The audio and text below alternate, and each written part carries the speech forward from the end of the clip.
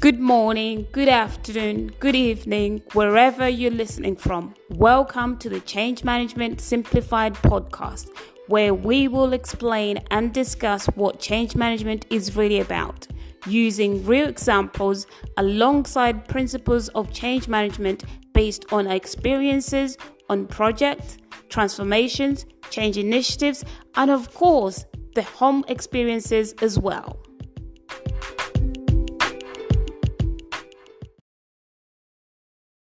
Hi, welcome back, everybody, to the Change Management Podcast.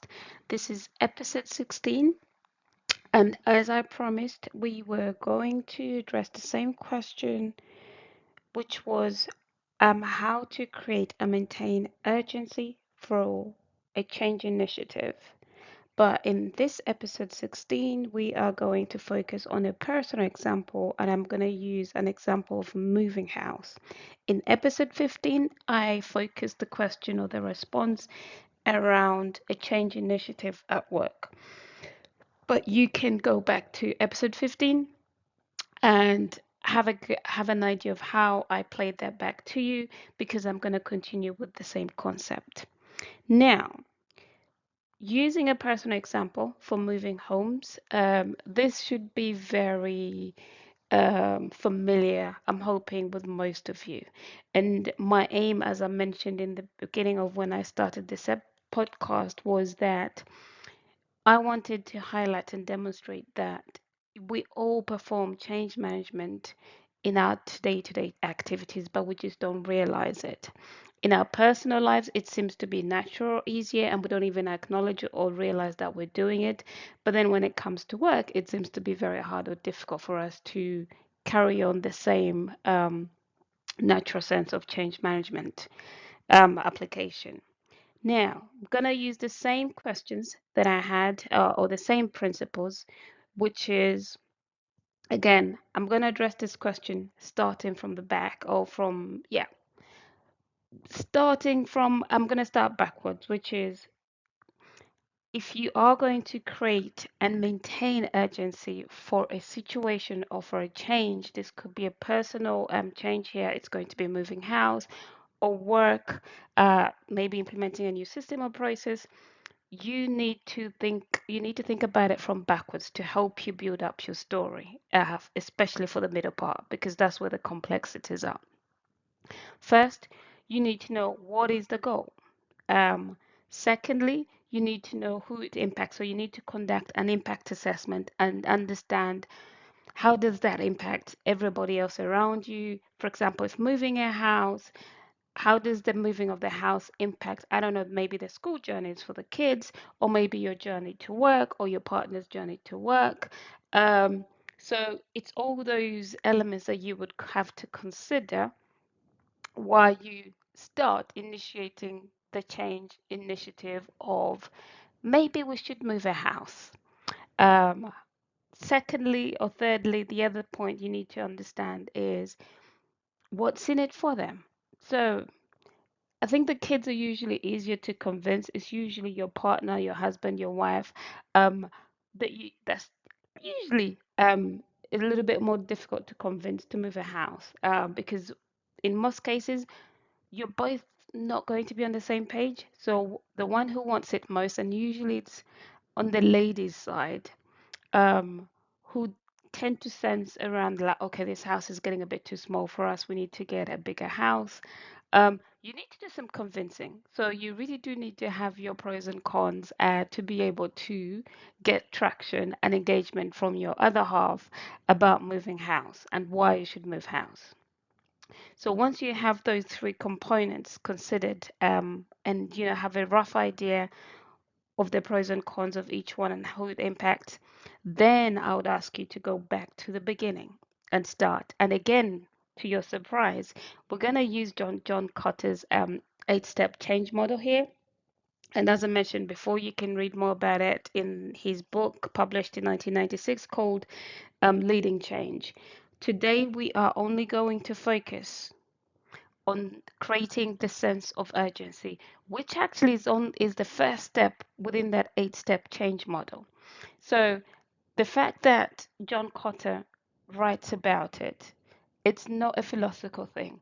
This is just to highlight that this is a normal thing that we always do, which is if you want to change something, you create urgency for it to be able to get the focus, the attention, and the traction you need from those you want to support you and to gain their ongoing support, and then be able to get it to the very end and obtain the vision or objective of the change.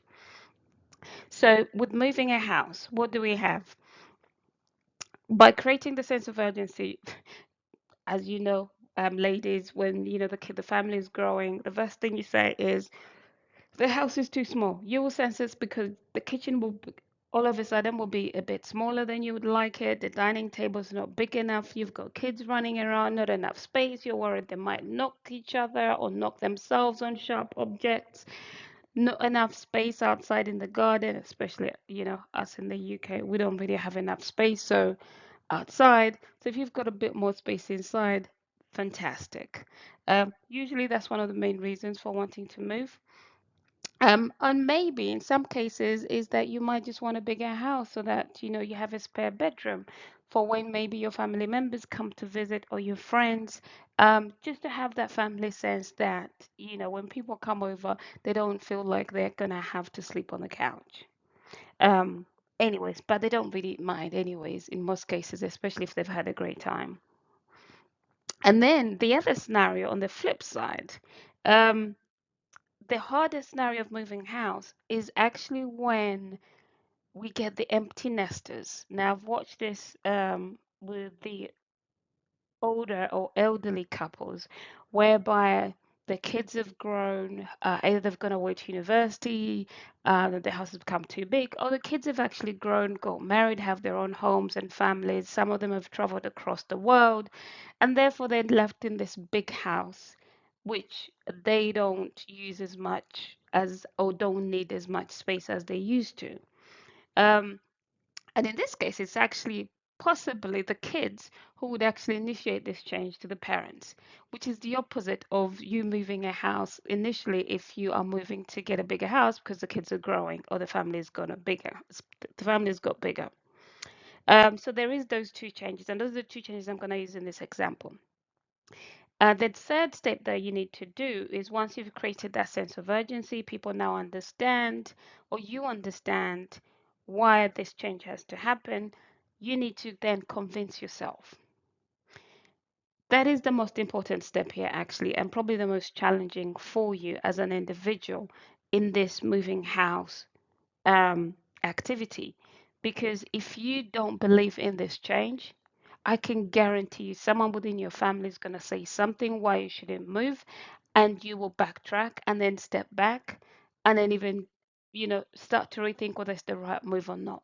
So when you start initiating this change, you have to convince yourself, is this really the right move for us? Is it the right time?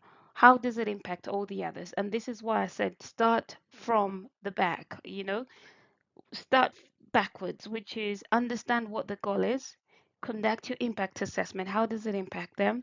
And what's in it for them? And here it's how does it make their life easier?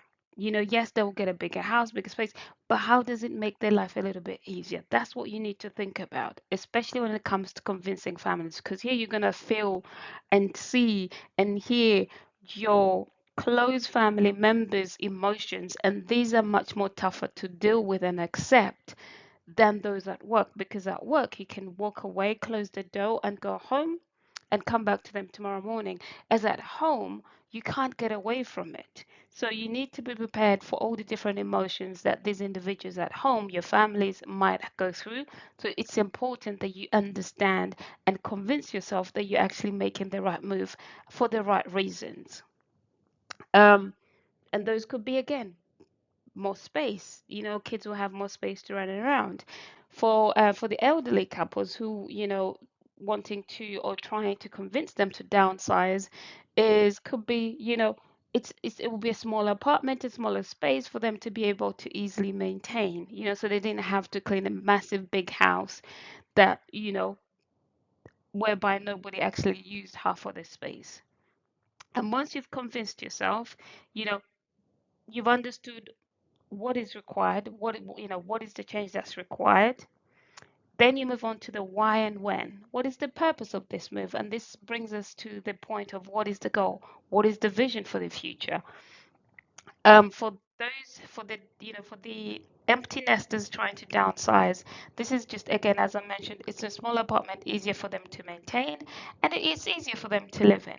For those wanting to initiate a change into a bigger house, you're getting more space, to be able to accommodate everyone, so no one is stepping on the other one's toes.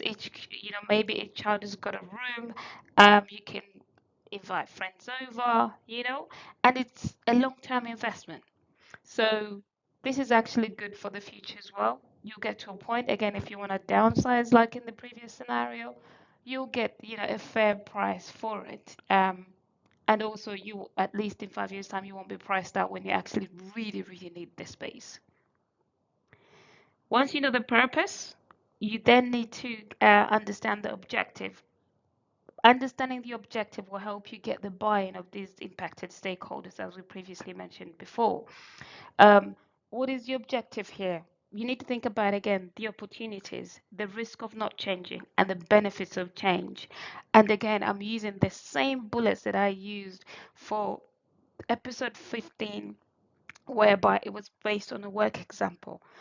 Here, the opportunities are that more space, as I mentioned, and could be in a better location for the kids near schools that are, schools in near better schools and therefore easily to get into. Kids also maybe the kids are traveling less, the journey is, a lot less than what it was before. What is the risk of not changing? You could be easily priced out in, the way house prices change. You could easily be priced out in a year, 2, 3 years time, and you won't be able to afford the space that you might need. Number three, the benefits of this change: more space. For the elderly couple, they have a much smaller space, as I mentioned before, for them to be able to accommodate themselves, and they potentially might be more happy. However, for the for the empty nesters trying to downsize, do not underestimate, and I repeat again, do not underestimate the change journey or the emotions that they go through, because you need to remember that they've been in the current house or home for such a long time, 10, 15, 20 years. They've seen their kids grow up. The kids have grown up. When I say the kids, you who's trying to convince them to downsize now, maybe they're in their 80s, and it'll be better for them to downsize, or even just in, in their early 50s. They start to think about downsizing because the kids have grown and moved on. However, it's a long emotional journey. So if you're going to initiate such a change to downsize, it will take you some time, potentially a year or two of them thinking about it. So do not underestimate the amount of effort and the time that will go into this process. But so long as you're doing it for the right reasons, that benefits them. Not you, but that benefits them emotionally. It might benefit you as well, because you won't be too worried about them, living this big empty shell. But also maybe you're moving, downsizing them to an area where you've got these residential places where the elderly people, there's a, real estate where they can easily kind of have a community with other elderly people. So those are the kind of the benefits of change that you can think about. What is good for, what's in it for them? That's the last bullet point you need to think about. And that, if you know what's in it for them, you can easily get the ongoing support. For the kids, think about, again, for them, for the kids, it's usually easier to get them, to convince them, except for the teenagers. They're a little bit tricky. For the younger kids, it's easier. They'll have maybe a room to each other, so they don't have to share a room because they're that early teenage years. And two, with your partner. Um, with your partner, kids having more space, there will probably be less fighting in their house. And if you're moving closer to their workplace, that's less travel time as well. And also, the other thing is to throw in is maybe a spare room for them to have an office. If they get the opportunities to work from home, they will have that spare room.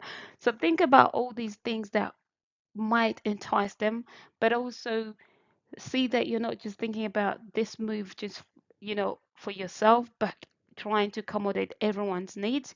So therefore, it's important you get to understand what's in it for them, what could entice them into this move, because again, it is an emotional journey that they have to go through. They've been used to this house maybe for the last 6, 7, 8, 10 years, and now you're saying we should be moving, but you're moving, you're initiating the move because the house is getting too small. However, you as a mother, usually I'm speaking from a mother's perspective or woman's perspective, it's usually you who would usually initiate such a scenario, because you're the one who probably spends most time in this house, and you're most likely the first one to see that actually this house is too small for everyone. We need to probably consider moving somewhere else bigger so that we can accommodate everyone. So how do you entice them as well? Engage them and make them part of the decision, the discussions. Have family meetings and talk about why you should move. This should be, a conversation that's, part of the normal conversation. It shouldn't just be we're moving up now. However, sometimes in Africa you don't even get it part. You don't even get to hear about the discussion. You just turn up and your parents tell you we're moving, and you just move. However, in the Western world, it's very different. Um, you're made part of the discussions and the decision. And how do you make them part of the decision? You go and view the house, go and view the last, you do the groundwork, do most of the viewing, and when you come to May, potentially the final three that you think meets pretty much most of everyone's needs, take them for the viewing and make them part of the decision, and let them decide which house could be the best one for for all of you as a family. Similar thing for your um downsizers, with the empty nesters, the elderly parents. Take them with you. Let them go see this site. Do they think it's, they can fit in? Do they like the community around them? Do they like this thing? Are the amenities good for them? Take them around. Let them see what's, how it looks like, and make them part of the decision, because this is part of you trying to build that acceptancy emotion, and that eases their worry about the move and their anxiousness. And on that point, I'm hoping now you can see how change management pretty much spills into our normal day-to-day life as well, like moving house, which you'd never thought you were doing. Um, Especially ladies trying to convince, your partners to move house, or for you to start, for you both of you to consider moving house, moving from where you are to somewhere else bigger. This is all change management. You think about the pros and cons, and you build a business case to put forward so that you can actually initially just get them engaged. Hopefully that's made sense to you, and I'm hoping you're liking this. Please don't forget to like or subscribe and follow. A lot of you listening to this, but I'm not getting as many likes, so I don't know if I'm actually bringing up episodes that interest you. If you do find this interesting, please press like and press follow. Thank you very much, and hope to see you next week.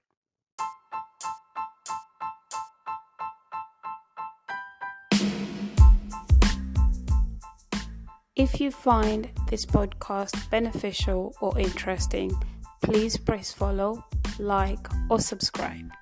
Lastly, and of course, don't forget to spread the word by sharing. Thank you for listening.